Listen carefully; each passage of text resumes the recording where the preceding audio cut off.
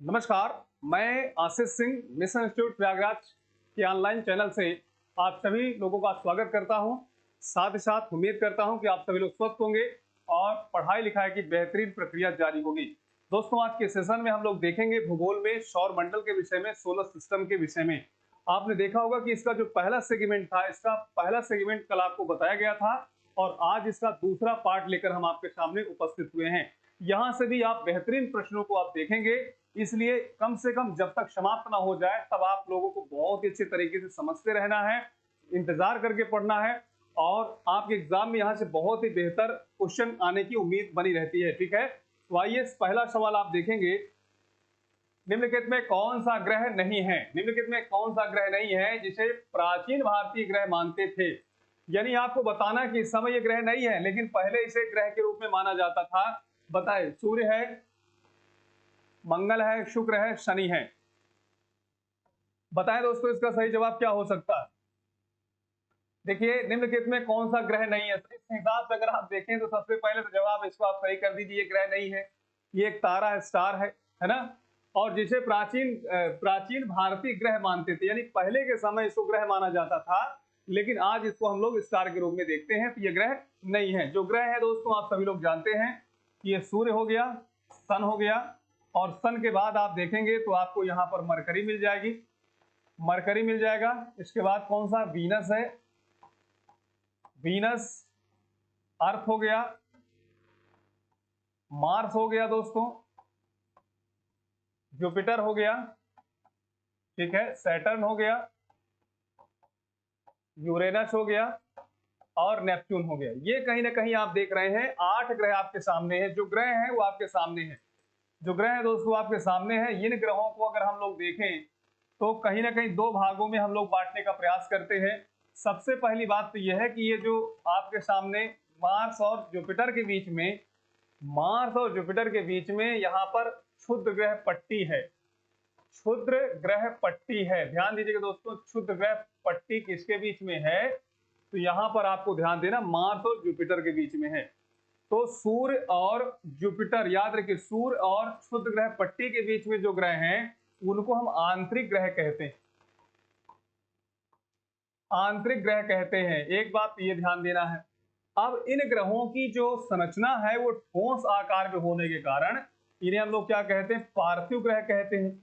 क्या कहेंगे दोस्तों? पार्थिव ग्रह कहेंगे। तो इस बात को भी ध्यान रखना है, आंतरिक ग्रह हो गया और पार्थिव ग्रह हो गया। इसी प्रकार से आप देखेंगे दूसरे उसमें ये वाले जो भाग हैं इनको जो हम कहेंगे बाहरी ग्रह, बाहरी ग्रह कहेंगे। अब आकार में बड़े हैं इसलिए इनको जोवियन ग्रह कहा जाता है, जोवियन ग्रह कहा जाता है, आकार में बड़े हैं ना।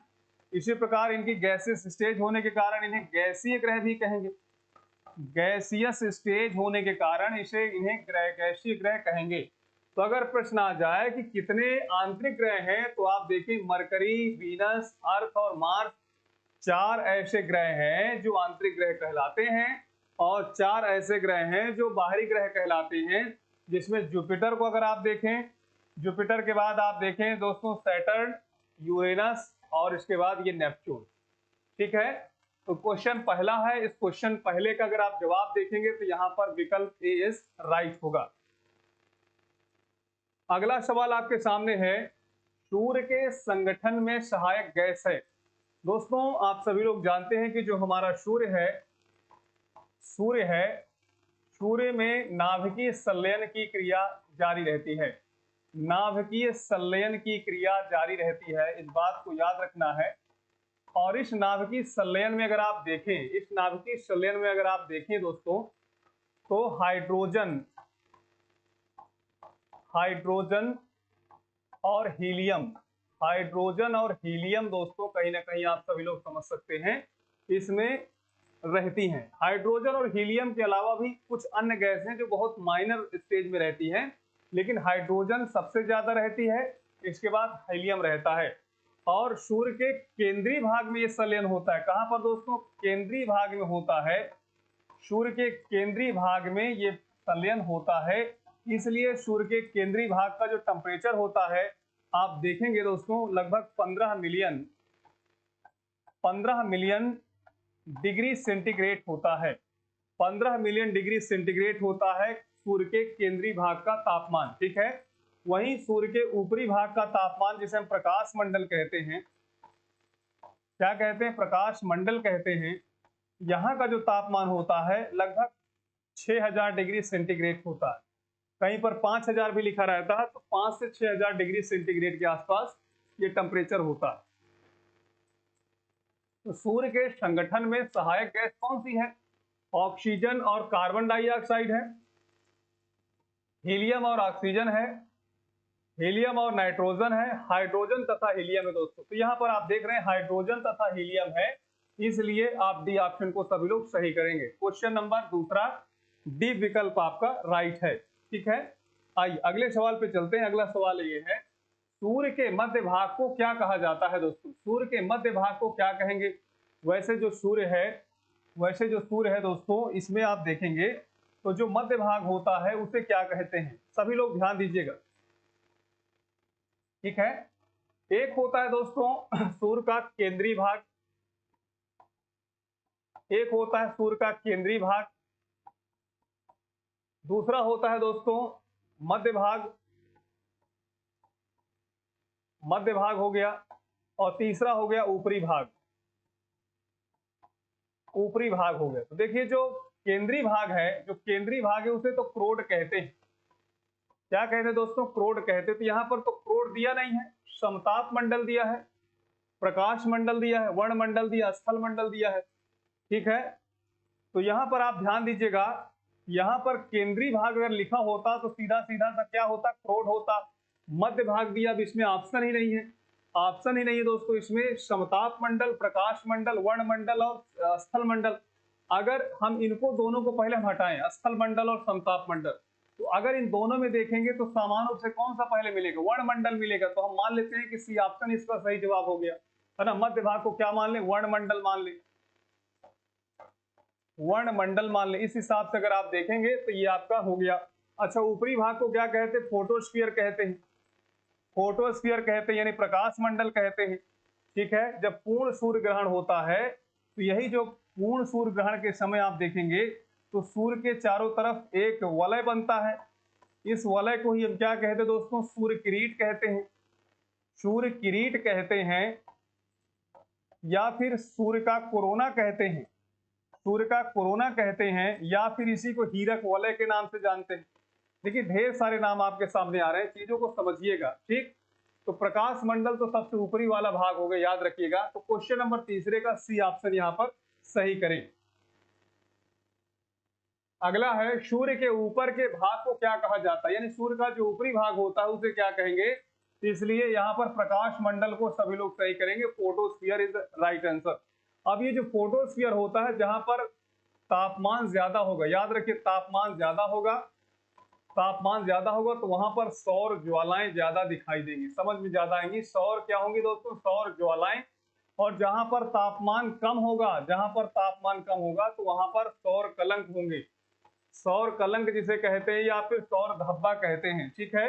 तो ये सौर कलंक हो या फिर सौर ज्वालाएं हो, ये प्रकाश मंडल से संबंधित है, फोटोस्फीयर से संबंधित है। तो क्वेश्चन नंबर 4 का बी ऑप्शन सभी लोग सही करेंगे। अगला सवाल है, सूर्य सदैव पूर्व से निकलता है, क्यों? क्यों निकलता है पूर्व से? भाई आप सभी लोग जानते हैं कि हमारी जो पृथ्वी है, हमारी जो पृथ्वी है वो पश्चिम से पूर्व दिशा में घूमती है, पश्चिम से पूर्व दिशा में घूमती है। अब पूरा खेल क्या है? पृथ्वी के घूमने का है। सूर्य तो अपनी जगह स्थिर है भाई, सूर्य तो कहीं जाता नहीं है, लेकिन जब पृथ्वी पश्चिम से पूर्व घूमती है तो इस कारण दोस्तों हम देखते हैं कि सूर्य सदैव पूर्व में निकलता है, ठीक है।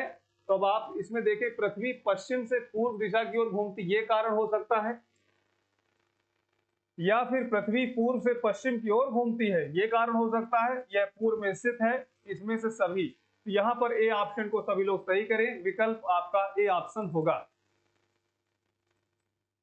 अगला प्रश्न है, नॉर्वे में अर्धरात्रि के समय सूर्य कब दिखाई देता है दोस्तों? तो देखिए नार्वे में अर्धरात्रि, इसका मतलब यह है कि हमारी जो पृथ्वी है, इस पृथ्वी पर ये ध्रुवीय क्षेत्र है।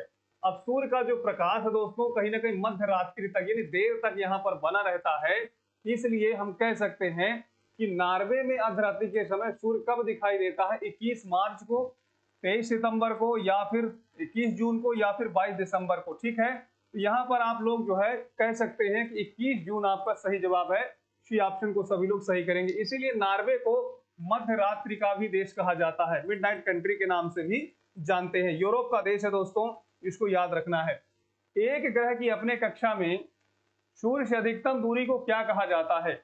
मान लीजिए कि सूर्य ये है, मान लीजिए दोस्तों सन ये है।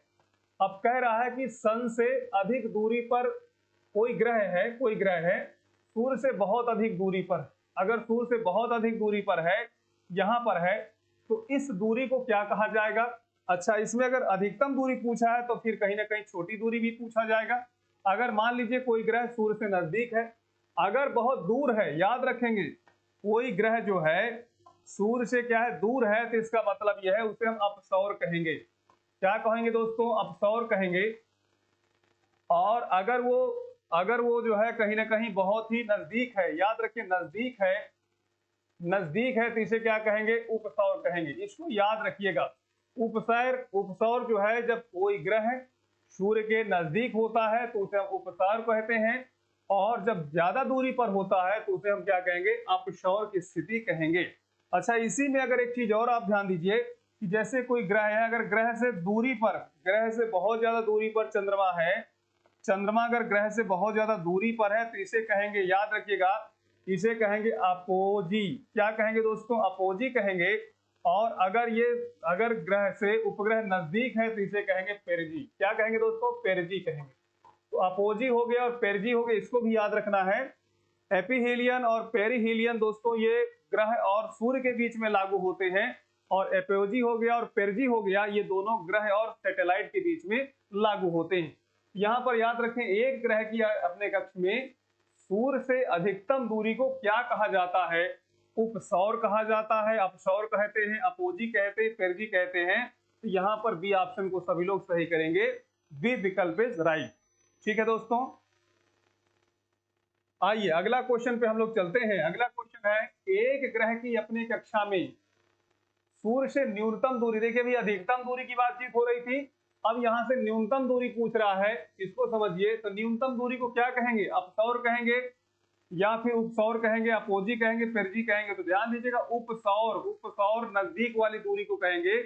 तो विकल्प आपका ए ऑप्शन सही होगा। अपोजी और पेरिजी ये दो ऐसी बातें हैं, अर्थात जब उपग्रह ग्रह के नजदीक होता है, जब उपग्रह ग्रह के नजदीक होता है तो उस अवस्था को पेरिजी कहते हैं, और जब उपग्रह ग्रह से दूर होता है तो उस अवस्था को अपोजी कहते हैं। ठीक है, तो पेरिजी, अपोजी, इसको भी आप लोगों को याद रखना है। वैसे दोस्तों सूर्य अर्थात सूर्य हो गया, पृथ्वी हो गई और चंद्रमा हो गया, जब ये तीनों एक शीर्ष पर आ जाते हैं तो इस अवस्था को सिजगी कहते हैं। क्या कहते हैं दोस्तों? सिजगी कहते हैं। और सिजगी की जो अवस्था होती है, या तो वो सूर्य ग्रहण की अवस्था होगी, या फिर चंद्र ग्रहण की अवस्था होगी। दोनों को आपको समझना है।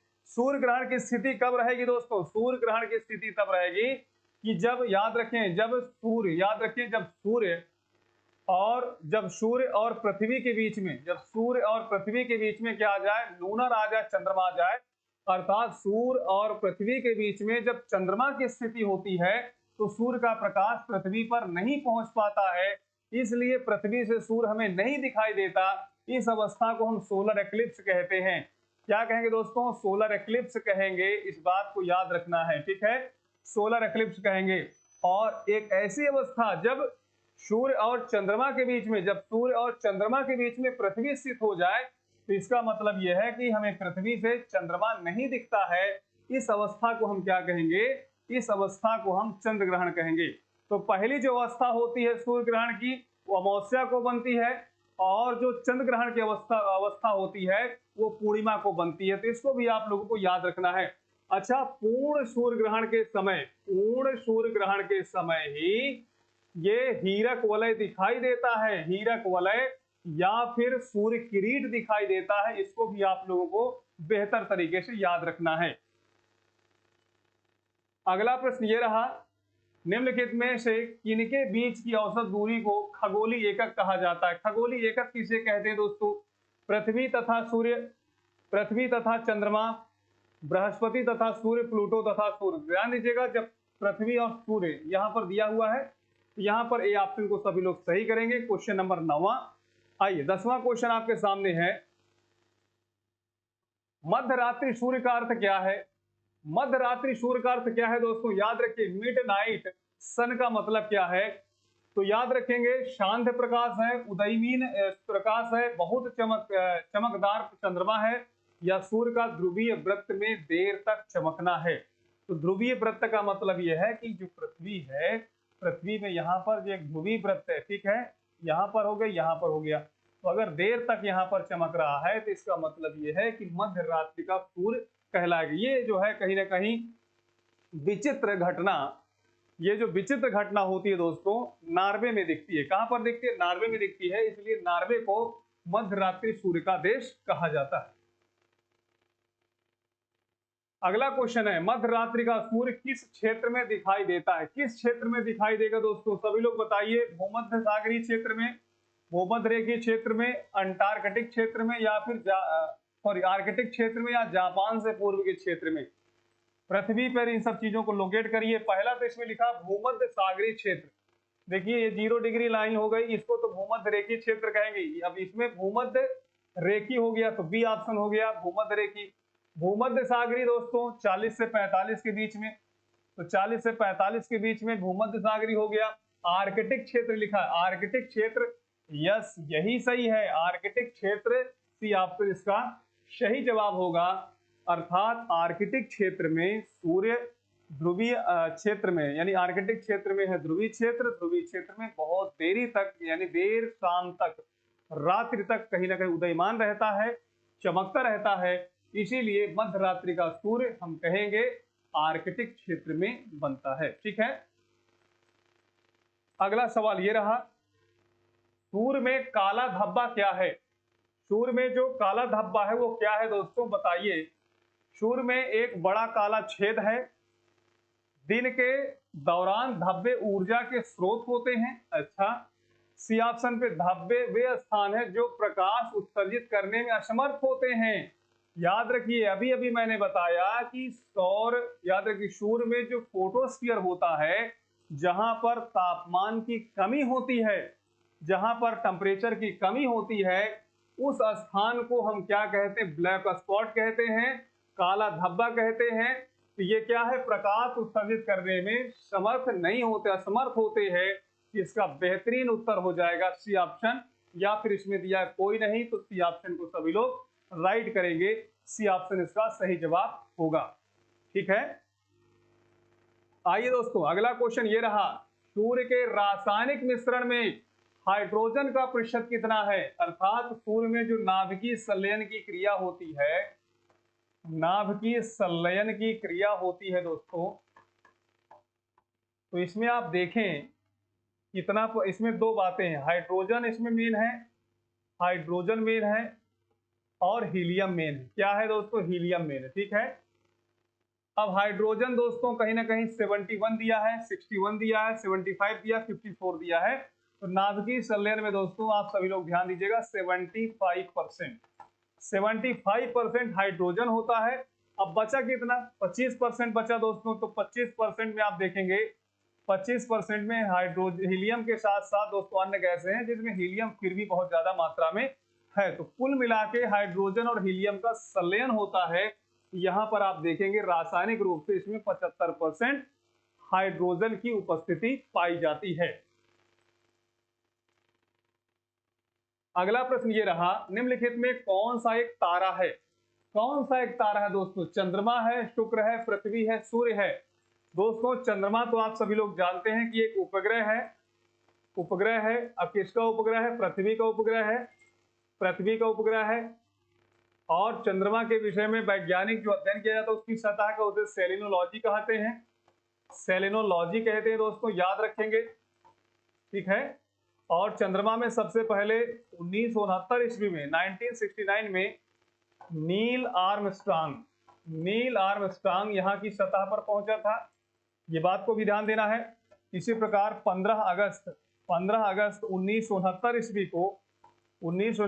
को इसरो की स्थापना होती है।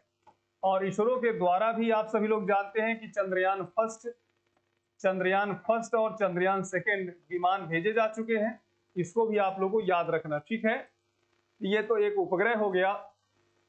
शुक्र और पृथ्वी क्या है? ग्रह है, प्लैनेट है दोस्तों। ये क्या है? प्लैनेट है। दोनों को जुड़वा बहन कहते हैं। लेकिन इसमें से आपको याद रखना कौन सा एक तारा है, तो सूर्य एक स्टार है। ये सब लोगों को विदित है, सब लोग इसको जानते हैं, ठीक है ना। तो क्वेश्चन नंबर 14 आपके सामने है। यहां पर आप देखेंगे डी ऑप्शन इसका राइट आंसर होगा। अगला प्रश्न है, सौर पृष्ठ पर लगभग कितना टेम्परेचर होता है? सौर पृष्ठ की बातचीत हो रही दोस्तों, यानी मान लीजिए कि ये सूर्य है। अगर यहाँ पर हम बातचीत करें, इसके 3 करोड़ को हम यहाँ पे देखते हैं। पहला ये हो गया, दूसरा ये हो गया, तीसरा ये हो गया, ठीक है। तो यहाँ पर आपको याद रखना कि यहाँ का जो सबसे केंद्रीय भाग का जो टेम्परेचर है वो 15 मिलियन डिग्री सेंटीग्रेड। इस बात को याद रखिए। अच्छा, जो दूसरा है उसे क्या कहेंगे? मध्य भाग कहेंगे दोस्तों। इसका टेम्परेचर कितना है? तो 6000 डिग्री सेंटीग्रेड से 12000 डिग्री सेंटीग्रेड के आसपास। इसको आपको याद रखना है। ऊपरी पृष्ठ कितना है दोस्तों? 5000 से 6000 डिग्री सेंटीग्रेड।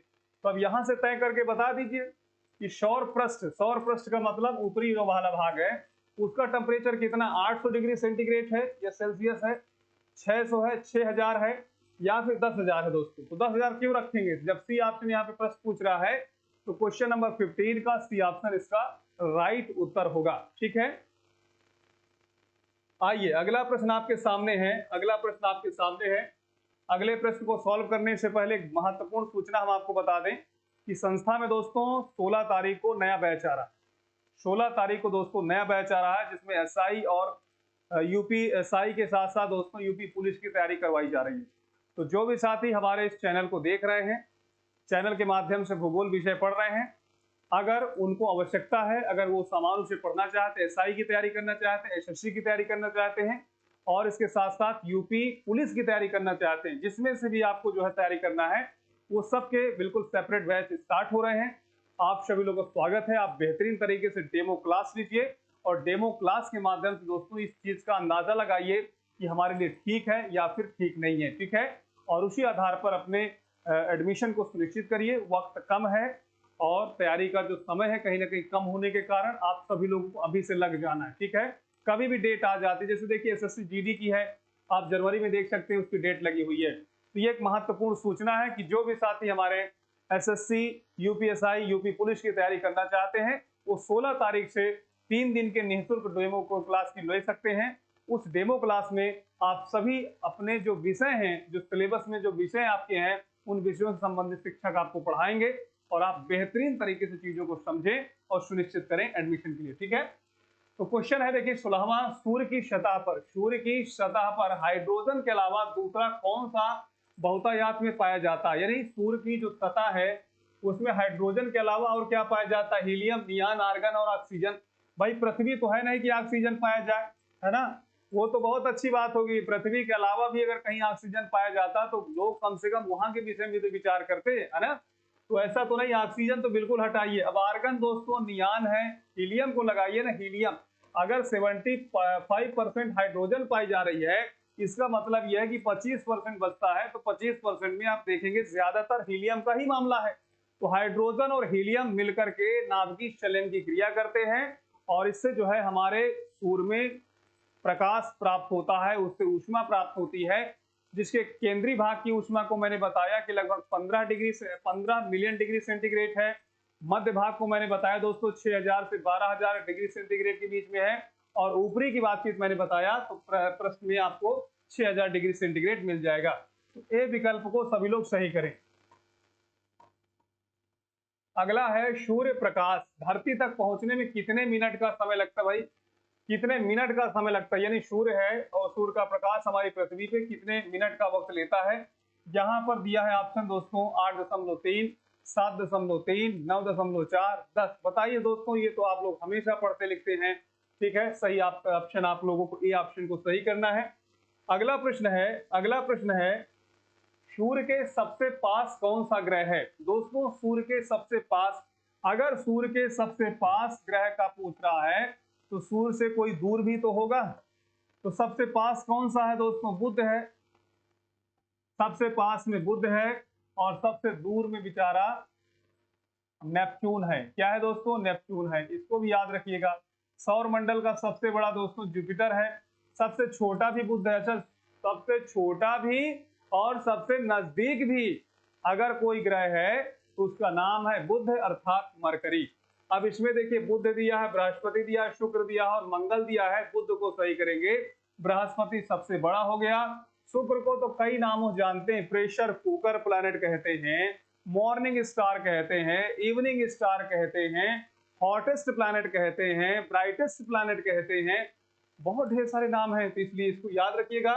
अच्छा, बृहस्पति सबसे बड़ा हो गया। मंगल को दोस्तों लाल ग्रह के नाम से जानते हैं। ठीक है, तो क्वेश्चन नंबर 18 विकल्प ए इज राइट।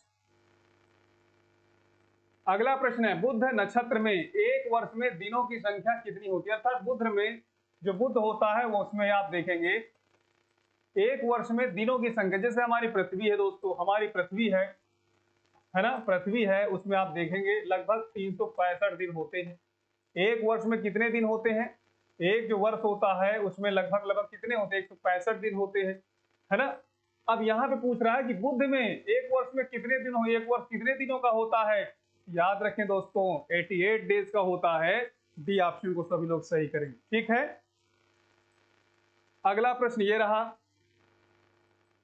किस ग्रह में चंद्रमा की तरह कलाएं होती है दोस्तों? किस ग्रह में चंद्रमा की तरह कलाएं होती हैं? मंगल है, बुध है, बृहस्पति है और शनि है। क्वेश्चन नंबर 20वां। उम्मीद करता हूं कि अगर आपने इतने प्रश्नों को सॉल्व किया, देखा, अच्छे से समझा, तो इस प्रश्न का आप लोग बहुत शानदार तरीके से उत्तर देंगे। ये प्रश्न विशेष रूप से आपके लिए हम लेकर छोड़ के जा रहे हैं, आप लोग बताइएगा। और कल अभी फिर से दोस्तों कहीं ना कहीं इसी सौर मंडल से ही, इसी खगोल शास्त्र से ही प्रश्नों को लेकर आएंगे। आप जरूर कमेंट करके बताने का प्रयास करिएगा। 4 ऑप्शन आपके सामने दिए हुए हैं और बाकी कल इसके विषय में हम जरूर व्याख्या करते हुए आगे बढ़ेंगे। तो ठीक है दोस्तों, आज का यहीं तक, कल हम पुनः मिलेंगे। तब तक अपना ख्याल रखिए, पढ़ते लिखते रहिए। जय हिंद।